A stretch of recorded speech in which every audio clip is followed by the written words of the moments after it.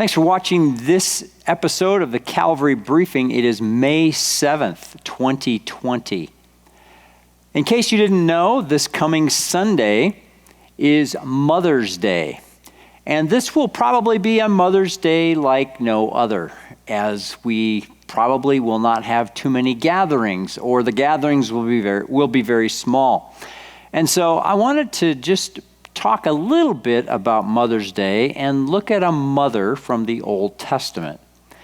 Now, some of you as moms may be thinking today, wow, I certainly don't have the kind of mom relationship with my kids that I want to. And you may be looking at some of the Old Testament and New Testament moms who we sometimes look to, like Hannah or like Lois and Eunice, who were the mother and the grandmother of Timothy. And you may not think that you're that kind of a mom. You may actually think that sometimes as a mom, you're not really doing very much good at all. Well, just so you know, throughout the Bible, a lot of the family situations that we run into are less than ideal. A lot of the relationships that we see between siblings are less than ideal. And the good news is that these less than ideal situations give God a lot of room to work. I wanted to read for you one of the saddest Mother's Day texts that I believe is in the Bible. It's found in the book of Genesis, chapter 20, and it involves a mom by the name of Hagar and her son Ishmael. Hagar really got caught in the middle of a rough situation. Abraham had been promised by God that he would have an heir, a son that would be born to him. And Hagar ended up in this polygamous marriage with Abraham and Sarah, and she found herself in between, and the situation was often tenuous and often stressful.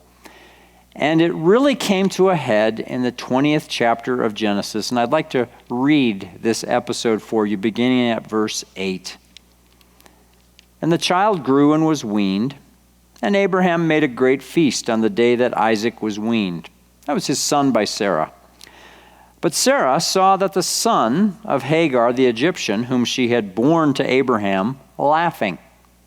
So she said to Abraham, "Cast out this slave woman with her son, for the son of this slave woman shall not be heir with my son Isaac." And the thing was very displeasing to Abraham on account of his son. But God said to Abraham, "Be not displeased because of the boy, and because of your slave woman. Whatever Sarah says to you, do as she tells you, for though Isaac shall your offspring be named. And I will make a nation of the son of the slave woman also, because he is your offspring." So Abraham rose early in the morning and took a bread and a skin of water and gave it to Hagar, putting it on her shoulder along with the child, and sent her away. And she departed and wandered in the wilderness of Beersheba. When the water in the skin was gone, she put the child under one of the bushes. Then she went and sat down opposite him a good way off, about the distance of a bow shot.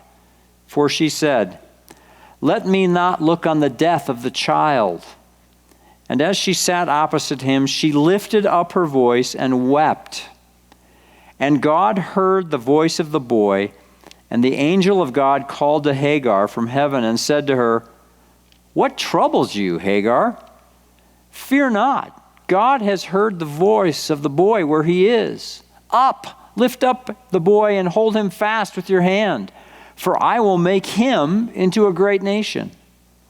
Then God opened her eyes, and she saw a well of water. And she went and filled the skin with water and gave the boy a drink. And God was with the boy, and he grew up. He lived in the wilderness, and he became an expert with the bow.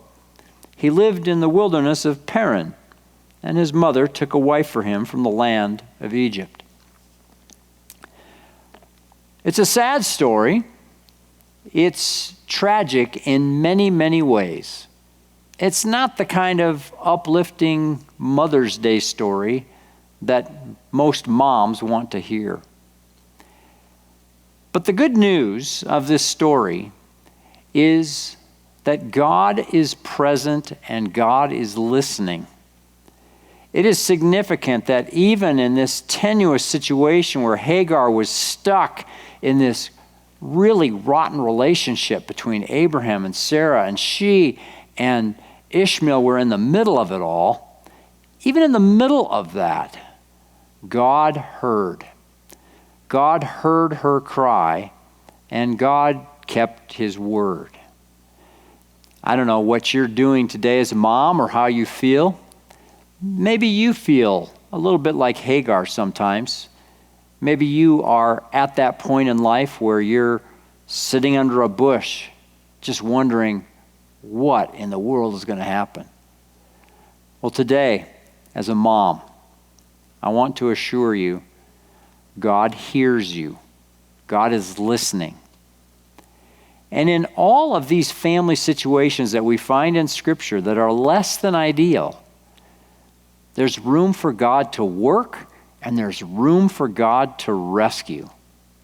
And so moms, don't give up. Moms, call out to God. He's listening. Moms, call out to God. He is the rescuer. Happy Mother's Day.